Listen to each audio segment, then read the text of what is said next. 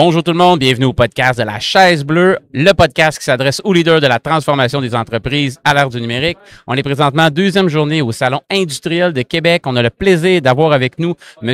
Guy Martel, président du Mouvement québécois de la qualité.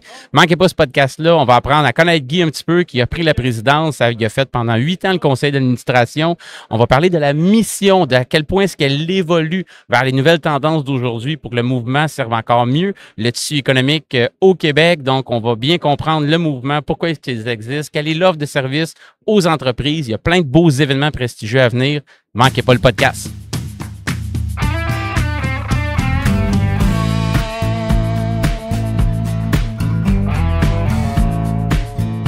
Ben écoute, Guy, merci beaucoup de te prêter au jeu de venir avec nous sur le podcast La Chaise Bleue.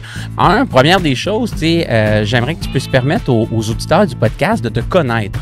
Pas nécessairement qu'on tombe tout de suite dans le Mouvement québécois de la qualité, qui est un organisme que j'apprécie énormément. C'est une fierté d'y participer à chaque année, entre autres, au Salon MPA. Mais qui es-tu, toi, Guy?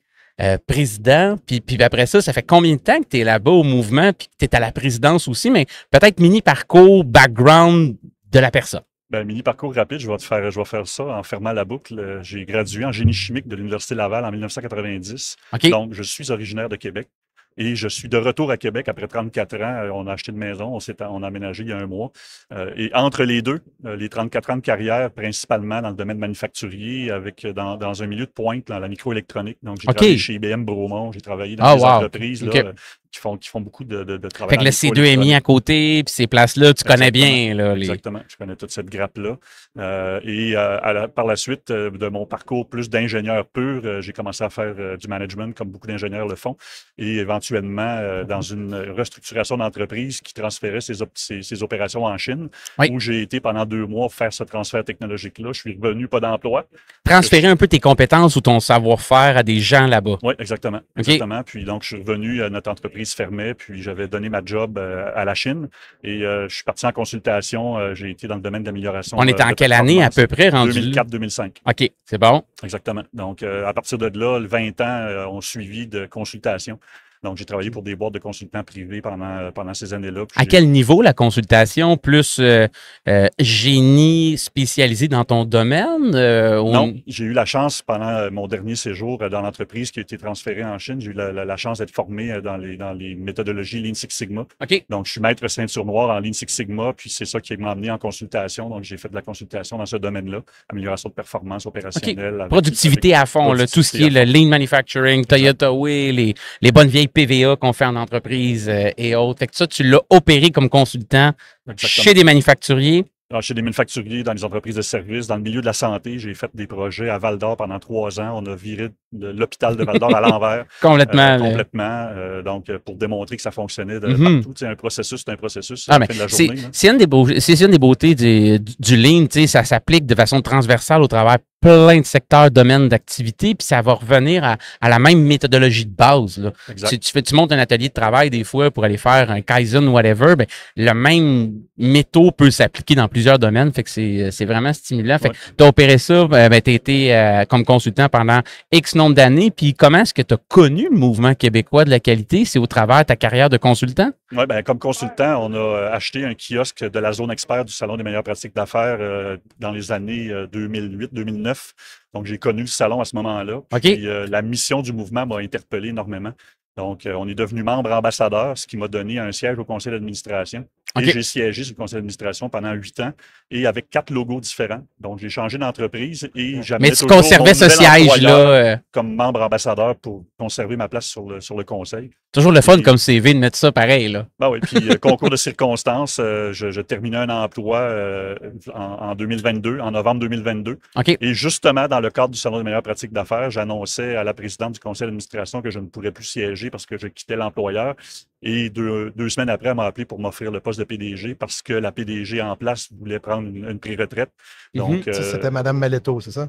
En fait, Joanne avait déjà quitté. OK, Joanne avait déjà quitté. Moi, j'ai côtoyé Joanne pendant plusieurs années. On est même allé en Chine ensemble faire des conférences sur la qualité en partenariat avec le Chinese Quality Council. Donc, il y avait une nouvelle PDG qui était là depuis à peu près 1 an et demi en sortie de pandémie. Et le mouvement avait besoin là, de se refaire après la pandémie. Et la PDG de l'époque voulait prendre une pré-retraite. Donc, ils ont sauté sur l'occasion que je devenais disponible, entre guillemets, pour me mettre le grappin dessus. Là. Puis après 8 ans sur le CA, c'est sûr que l'organisation, tu la connais dans ses raccoins, puis tu étais en charge, j'imagine, de participer aussi à la planif stratégique, regarder la vision, l'alignement, où ça en va. Quelle est ce qui est intéressant, c'est que je suis passé de la salle à manger à la cuisine. Dans le CA, tu vois pas tout, hein? Tu vois pas ce qui se passe derrière les opération, tu le vois pas, là. T'es pas là t'es pas sur le payroll, t'es là comme conseiller stratégique un peu. C'est-tu des bonnes surprises? Ou non, c'est des très bonnes surprises. Pas aucune mauvaise surprise d'ailleurs. Je connaissais l'offre de service du mouvement, puis j'étais moi-même un praticien de ce que le mouvement offre à ses membres. Donc, rapidement, l'intégration s'est faite assez facilement. J'ai retrouvé même d'anciens collègues d'études et des collègues avec qui j'ai travaillé chez IBM qui sont dans mon équipe de direction. Je travaille au mouvement. Donc, c'est un petit monde, hein, l'amélioration continue. Tout le monde se connaît, c'est sûr. On se recroise partout. Quelle est tu sais, pour les gens qui connaissent peut-être moins le MQQ, quelle est la raison d'être ou la mission que le MQQ se donne? Puis est-ce que cette mission-là, avec ton arrivée en poste, tu la vois évoluer d'une certaine façon? Oui, en fait, le Mouvement québécois de la qualité porte le mot qualité depuis le début et on n'est plus juste en qualité. C'est drôle parce que tantôt, je rencontrais un individu que je croise à peu près dans tous les salons, fait qu'on a décidé de se parler pour une fois. Lui, dans sa tête, c'était la gestion des qualités pures, le Mouvement québécois de la qualité. Donc, ça a déjà été ça parce que notre qui doit être le paradigme que la majorité des gens ont dans la tête, on se le dit. Là. À cause du mot qualité, mais il faut maintenant regarder la qualité au sens large. Une entreprise qui génère de la qualité, c'est une entreprise qui est stable financièrement, qui est capable de, livrer un produit et un service de qualité, mais qui est aussi capable de le faire en gérant ses coûts et en gérant sa productivité correctement. Donc, on est beaucoup dans la performance opérationnelle. Et comme de raison, avec les évolutions du monde des affaires, maintenant, on va parler d'amélioration durable et responsable. On va intégrer les concepts ESG, donc tout ce qui est environnement, sociétal, gouvernance, dans les pratiques qui amènent les gens à améliorer leur performance. Et quand j'ai commencé à faire des projets d'amélioration continue il y a 20 ans, on avait des objectifs d'améliorer la productivité d'une usine, puis entre vous et moi, là, on se foutait un peu. L'élément durable n'était pas là. L'élément environnemental. Oublie ça. Là. On s'en foutait pas pour dire qu'on s'en foutait absolument, mais ça se disait mal. Ça faisait pas partie du discours, ça faisait pas partie des critères. Maintenant, les dirigeants d'entreprise, ils ont des indicateurs de performance dans le tableau de bord où ils doivent réduire l'empreinte écologique. Donc, les projets d'amélioration de performance doivent tenir compte de ces critères-là qui n'existaient pas il y a 20 ans. Donc, le mouvement évolue dans la direction des marchés, dans la direction des affaires. Donc, notre stratégie, c'est de continuer d'accompagner les entreprises à améliorer leur performance opérationnelle. Et nous, on y va par l'approche des processus. Donc, on ne fait pas d'implantation technologique, on ne vend pas de solutions technologiques, bien que ce sont des outils puis des pour venir supporter par la suite. Mais nous, ce qu'on dit, c'est qu'on est en amont de cette transformation numérique-là parce qu'on veut s'assurer avant d'implanter une solution technologique sur un processus et l'automatiser. On veut s'assurer que le processus est le plus efficace possible avant de mettre de la technologie. Sinon, qu'est-ce que tu fais? Tu systémises ton inefficacité dans une technologie, puis après ça, quand c'est le temps de la retirer, là, oublie ça, il est trop tard. Ça va coûter plus cher de refaire la configuration de ton application que de l'avoir fait en amont. Oui, on prêche nous-mêmes la transformation numérique. On parle d'industrie 5.0, qui est la conjoncture du numérique, de l'humain et de l'environnement. On ne parle pas Benoît là-dedans, là, mais c'est bon. C'est ça, mais en amont, il faut stabiliser les processus. Fait qu'on n'essaie pas de se substituer aux spécialistes d'intelligence artificielle, bien qu'on collabore avec eux. C'est une symbiose avec eux. Exactement. À la chaise bleue, on a l'acronyme PPT. Puis c'est People, Process and Then Technology. Exactement. Puis tu sais, pour avoir travaillé un bon bout de temps du côté technologique, puis là, sauter de l'autre côté de la clôture, un peu plus en consultation avec GLM. Puis il y a quelqu'un qui m'a dit ça maintenant, puis ça m'est resté en tête, puis je le teste, puis j'y crois, c'est que la technologie comme telle vient pas qu'à créer de la valeur dans l'entreprise. Ce qu'elle génère, c'est de la vélocité. Exactement. Elle accélère les choses. Donc, si je reviens à ce que tu disais, Guy, tantôt un peu, si ton process, il n'est pas nécessairement optimisé, si on ne l'a pas challengé, si au niveau humain, on n'a pas revu rôle et responsabilités, on n'a pas retravaillé notre structure d'équipe, qui fait quoi, puis notre orchestration en tant qu'humain, ben, tu as beau mettre n'importe quelle technologie, si c'est le chaos en amont, tu vas accélérer le chaos un peu. Exactement. Puis non seulement, puis c'est dangereux parce que tu accélères. Puis tu fais de la dépense. Tu accélères ta dépense. C'est ça, exact. Tu penses que tu vas t'améliorer sur le bottom line, puis finalement, tu te rends compte que tu te détériores plus vite. Pourquoi? Parce que tu as automatisé ta détérioration. C'est très bien dit. Non seulement tu viens tellement avec des frais de support et de maintenance sur tes technologies obsolètes que tu n'as même plus d'argent pour investir dans la croissance. C'est souvent ça qui se passe. On le voit en passant dans des bilans de maturité. Là. J'assistais tantôt à une petite conférence sur l'intelligence artificielle générative. C'est super intéressant. Puis on commence à l'utiliser au Mouvement québécois de la qualité de l'intelligence artificielle. Okay. On s'en cache pas. On commence à l'utiliser aussi, on analyse ça, puis on fait des tests. Il parlait justement d'un processus là, qui pouvait être transformé de façon magistrale avec l'intelligence artificielle, puis là, qu'il fallait apprendre au processus d'intelligence artificielle ou à la base de données, il fallait lui apprendre comment notre processus fonctionne, c'est quoi les étapes, c'est quoi les différents critères à chaque étape. Mais avant de faire ça, il faut que tu t'assures que ton processus il est efficace. Sinon, qu'est-ce que tu vas apprendre à ton moteur d'intelligence artificielle? Tu vas y apprendre à générer de l'inefficacité. Gérer de la non-valeur ajoutée. Fait que tu n'apprends pas la bonne chose. Là. Fait que, c'est PPT, là, People Process Technology, c'est exactement ça. Ben, j'adore ça. Vas-y, Ben. Non, mais j'allais dire, moi, je trouve ça super pertinent, Mathieu. J'aime ça, genre de Nick, pour l'arrêter des fois. Moi, j'aimerais ça qu'on embarque un peu sur l'événement annuel du Mouvement de la qualité du Québec, qui est pour moi un des plus beaux salons en Amérique du Nord, là, et au monde même. Pour ma part, dans mon estime à moi. Là. Moi, j'y ai participé 2 fois. Ouais. Puis avant que j'arrive là-bas, Ben, il me dit, tu vas voir, c'est un des événements les plus prestigieux au Québec. J'étais jamais allé. Ça fait 2 ans que je vais au salon MPA. Puis je suis retourné voir Ben, puis j'ai dit, tabarouette. J'ai pogné de quoi en arrivant, je m'attendais pas à ça. Ouais, ben écoute, le salon MPA, c'est un projet d'1 an qu'on livre dans une journée. Donc, c'est quelque chose d'assez intense. Puis en ce moment, là, on est à 1 mois du salon. C'est le 7 novembre cette année.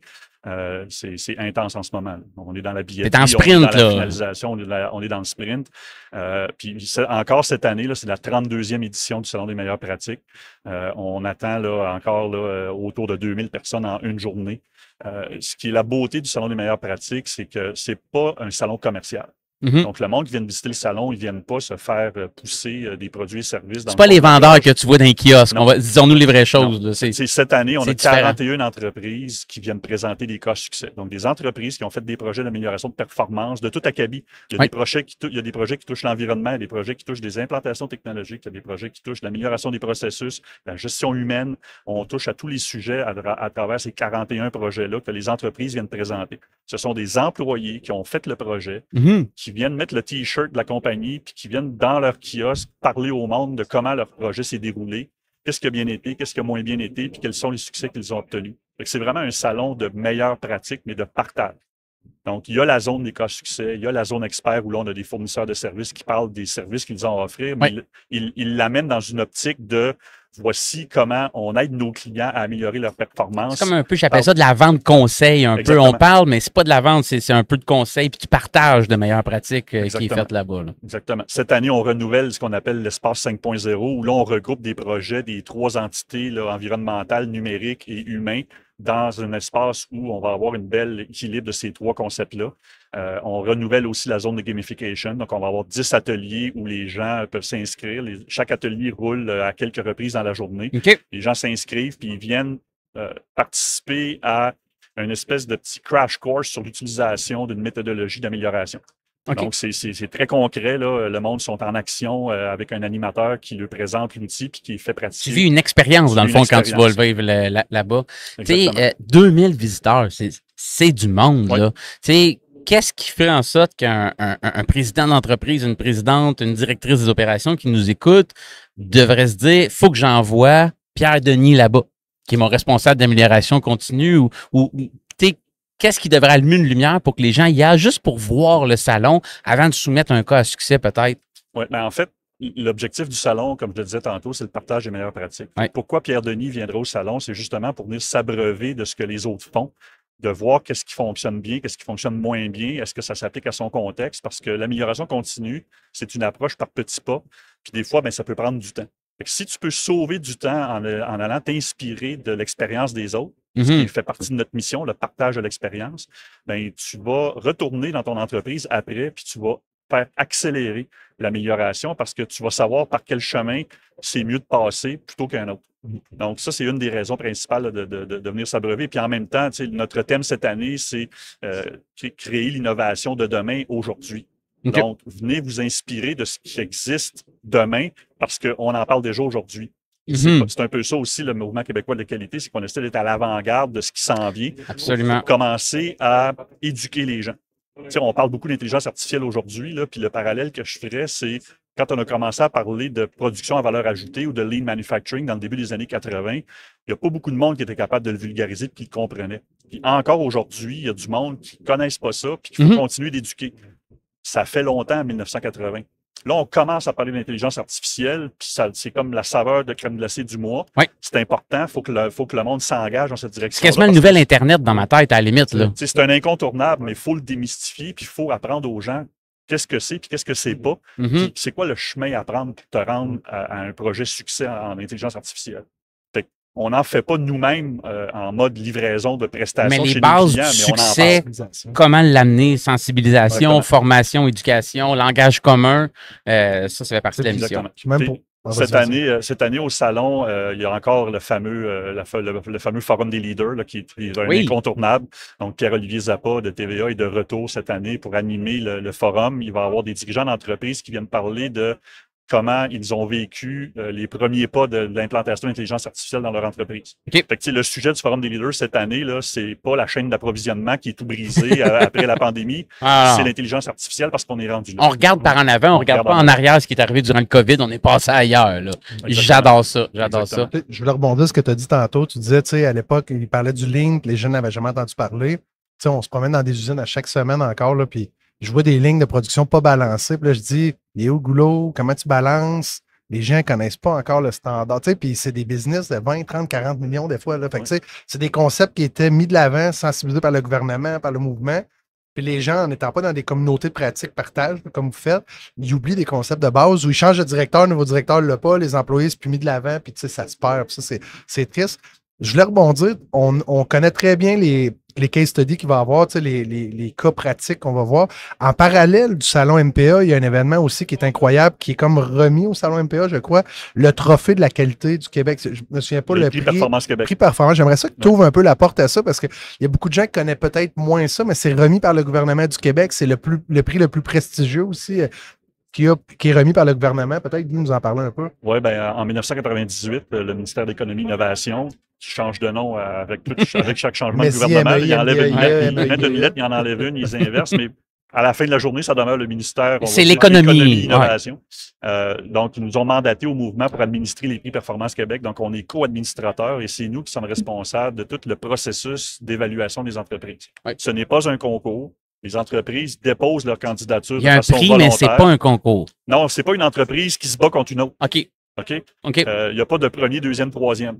Si tu t'inscris au prix Performance Québec, on va aller t'évaluer. Donc, c'est des employés ou du personnel du mouvement qui vont dans l'entreprise évaluer l'organisation.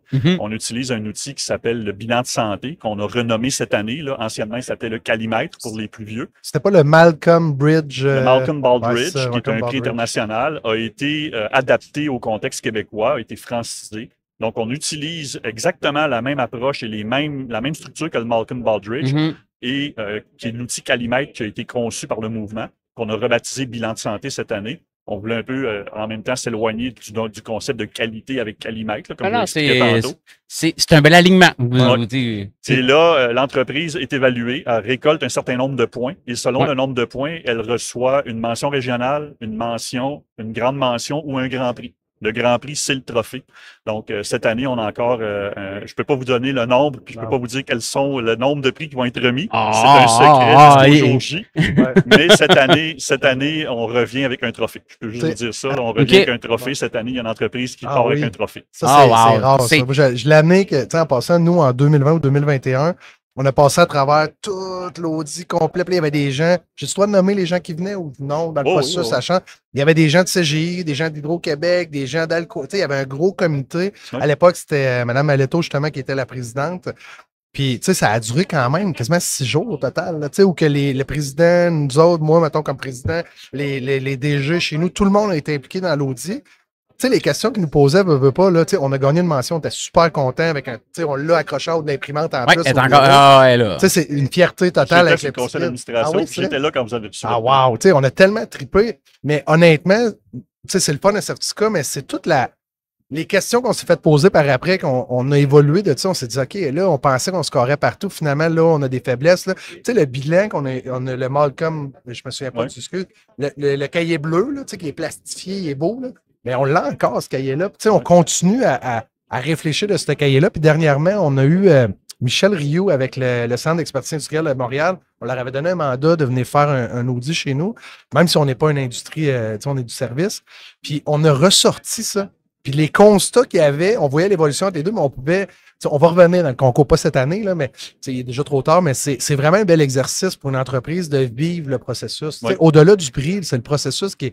Souvent, on dit c'est pas où tu t'en vas, mais le chemin qui est important. Oui. Je pense que ça faisait partie, ça a eu beaucoup d'influence. Toi, tu étais là à l'époque aussi, tu étais déjà arrivé comme associé, pas encore associé à cette époque-là. Pas encore associé, non. Puis tu sais, il y a eu beaucoup de remises en question, mais moi, je le conseille aux gens de le faire, ce processus-là. Je te dirais qu'il y a beaucoup d'organisations qui reviennent après 2-3 ans. Okay. On vous remet un rapport qui vous permet de vous aligner, vous améliorer sur les axes où vous avez le plus de faiblesse. À un moment donné, il faut faire un reset de ce rapport-là. Est-ce que c'est payant de la part de l'entreprise d'aller faire ce processus-là? Ben, c'est une reconnaissance quand même. Non, mais je veux dire, est-ce qu'il faut. Est-ce que c'est un montant qu'il faut payer au MQQ pour venir faire un peu notre bilan de santé de l'entreprise? En fait, comment ça fonctionne, dans le fond? Pourquoi un président d'entreprise, il écouterait le podcast et dit moi, je devrais faire ça. Parfait. Si je le fais, combien de temps je vais m'impliquer?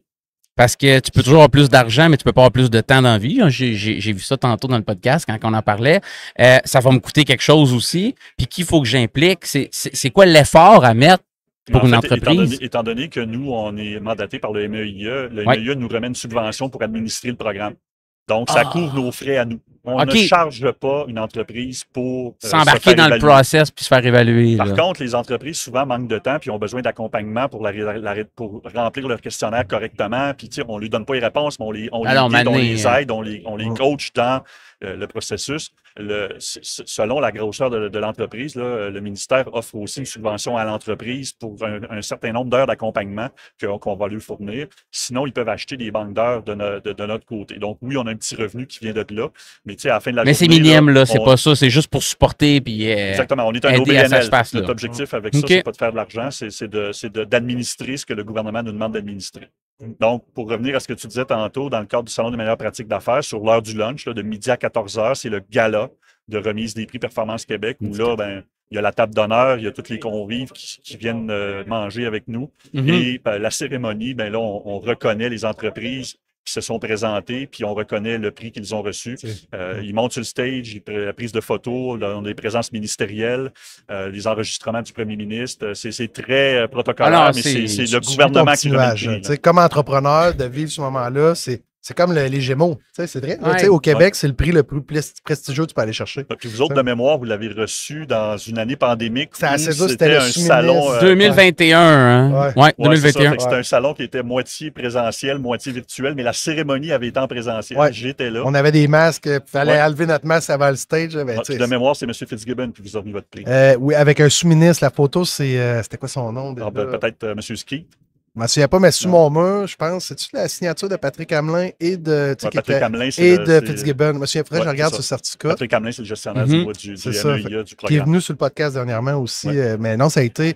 Mais tu sais, tu sors de là après ça, que tu appliques sur un appel d'offres, n'importe quoi. Moi, dans le package de vente, je le mets, mon certificat. Je suis fier de tu sais, c'est une marque de reconnaissance. Là, on a parlé du salon MPA. En fait, je vais juste rajouter, par rapport au prix Performance Québec, il y a un petit plus qui vient avec aussi. Toutes les entreprises québécoises qui reçoivent un prix Performance Québec, peu importe la nature, que ce soit une mention, une grande mention ou un grand prix, automatiquement reçoivent aussi le prix Excellence Canada, qui est remis l'année suivante par Excellence Canada, qui est un organisme pan-canadien. Donc, la visibilité est au Québec l'année que tu le reçois.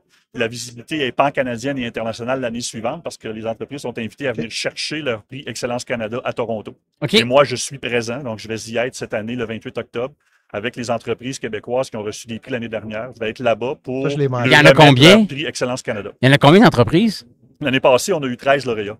Ouais. Mais ça, je l'ai manqué, moi, celle-là. Oui, ben, c'est pas obligatoire. OK, c'est pas obligatoire, mais ça. ça vient là, comment, partner, je suis déçu, là, je serais allé à Toronto, moi, là. Je tiens à dire, Ben fait maintenant des cours d'anglais, puis il est déjà, il est vraiment meilleur qu'il pense, là, mais il va y aller à Toronto. J'ai travaillé en anglais, j'ai voyagé dans le travail en anglais, mais mon anglais, c'est un anglais du gars qui a grandi aux îles de la Madeleine par là-dessus. Tu sais, je veux dire, nous autres, on faisait des tools de Metallica, puis on les traduisait, puis on passait notre secondaire 5. Tu sais, je te ramène, Guy, là, on comprend un petit peu. J'ai un dernier point avant que je m'excuse de te couper. OK, mais je te reprends un wrap-up. Après, tu fais le wrap-up. Je t'apprécie. On a parlé du mouvement de la qualité. On a parlé des case studies qu'il va y avoir à l'événement, le salon MPA, des meilleures pratiques d'affaires. On a parlé du prix Performance Québec.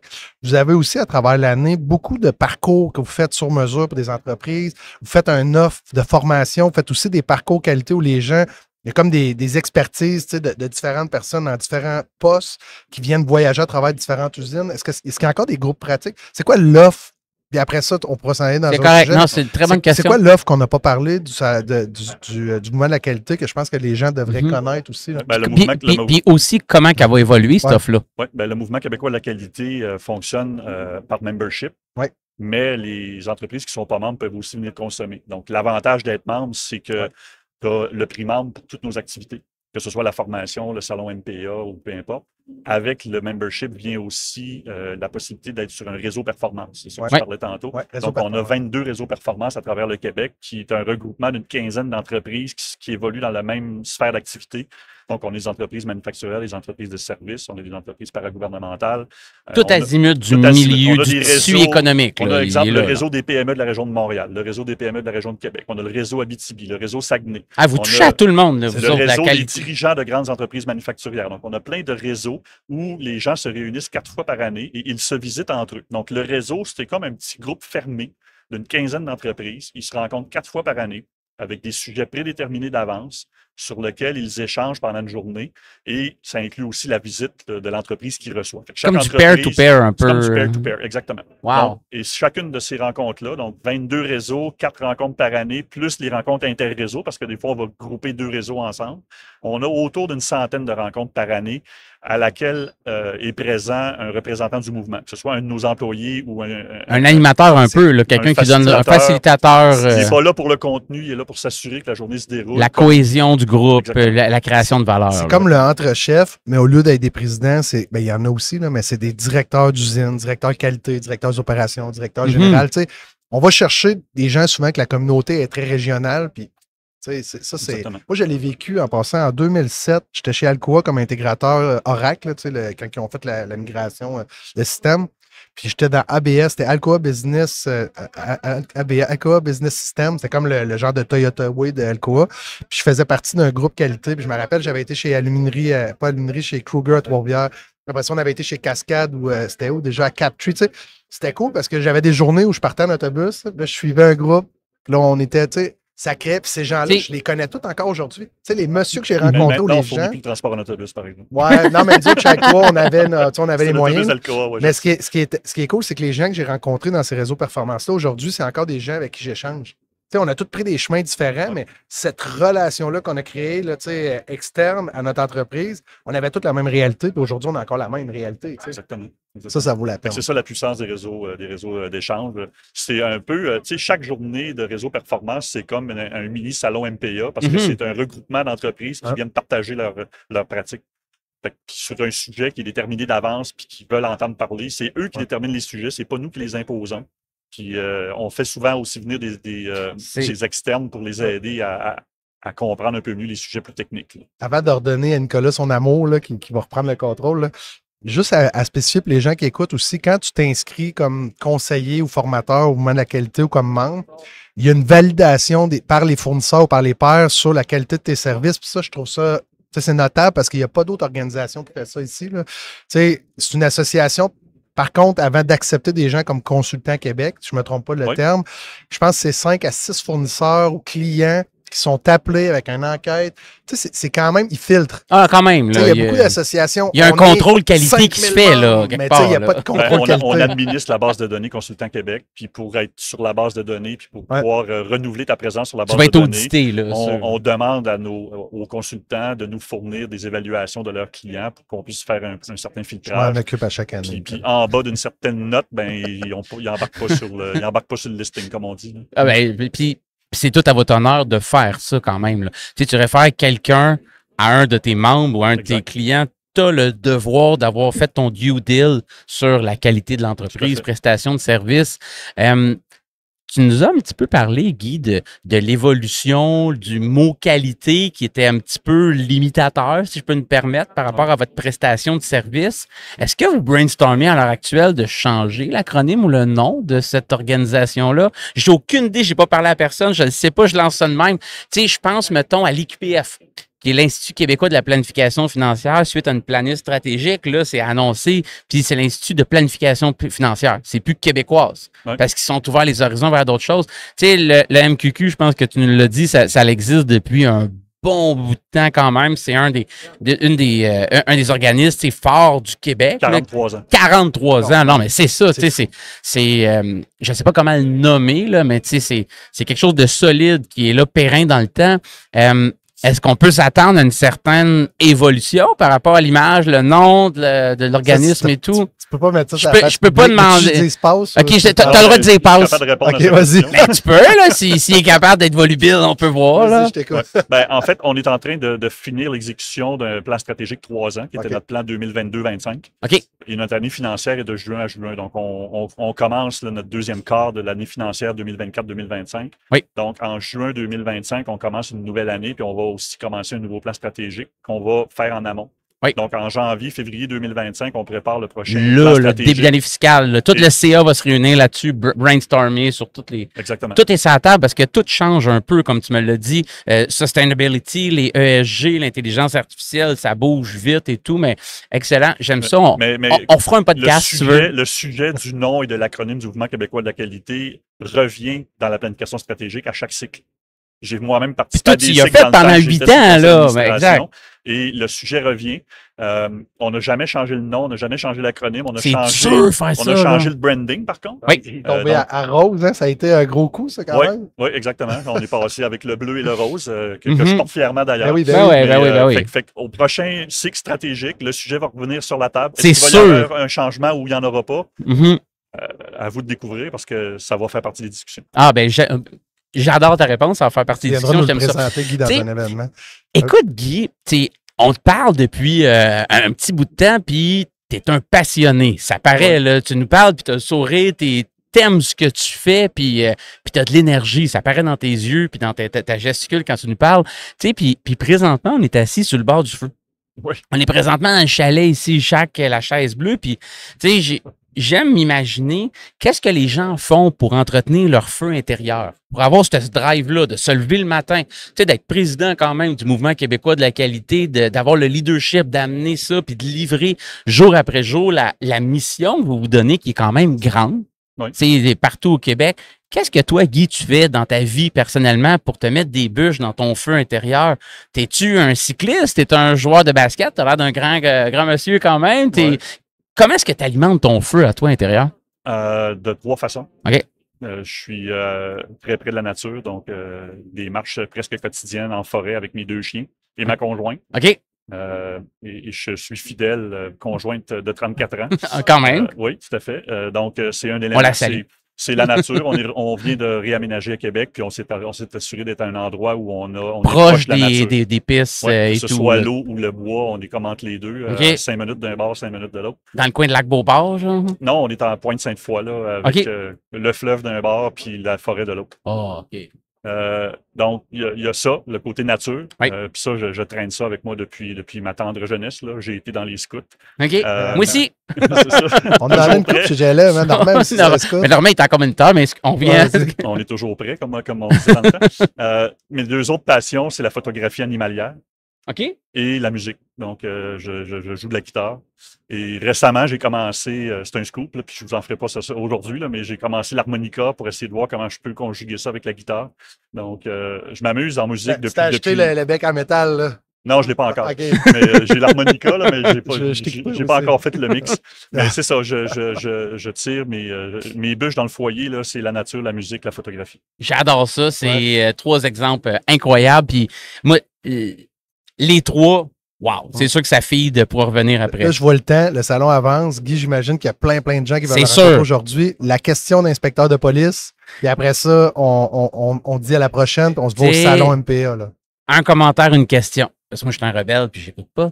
Le commentaire, c'est que j'aimerais que tu reviennes éventuellement avec nous sur le podcast parce qu'on en aurait plein d'autres questions pour connaître mieux le mouvement et tout. Fait que ça, c'est mon commentaire. Puis la question de l'inspecteur de police, c'est qu'est-ce que je sais pas ou qu'on n'a pas encore discuté dans le podcast, mais qu'on devrait savoir sur le mouvement québécois de la qualité? Écoute, vous avez rencontré aujourd'hui quelqu'un de passionné. Le mouvement québécois de la qualité est mené à bout de bras par 14 passionnés. Tantôt, tu disais que c'est une mission grandiose. On est animé. Hey, c'est la productivité, c'est le côté ESG au Québec, c'est la qualité, finance. Tu touches à plein de points quand même du tissu économique. Là. Donc, 14 employés à temps plein. C'est pas beaucoup pour aussi. Puis le salon des meilleures pratiques, là, je l'ai dit au début, c'est un événement qui prend 1 an à préparer. C'est de la job, ça, là. On a 2 personnes qui sont presque à temps plein là-dessus à l'année longue pour tout mettre les morceaux ensemble. Puis bon, vous êtes en contact avec eux et avec elles. Là. Vous allez être avec nous cette année au salon. On est vraiment contents de nous aussi, d'ailleurs. Vraiment. Ça va vraiment être cool d'avoir votre chaise bleue avec nous. Donc, c'est ça. C'est 14 passionnés qui se lèvent le matin avec la même passion, le même sourire. Même si on travaille presque essentiellement en virtuel, on se parle à tous les jours, presque tout le monde ensemble. C'est très interactif. Fait coup d'eau à l'équipe de travail, dans le fond, qui est une gang dédiée, passionnée pour votre mission du mouvement québécois de la qualité au Québec. Ben, super. Écoute, Guy, un gros merci. On te souhaite un bon salon de Québec. On va se recroiser, on se reparle tantôt aussi. Sinon, on se revoit le 7 novembre. Le 7 novembre, oui. Exactement, au salon MPA. Merci tout le monde. Merci.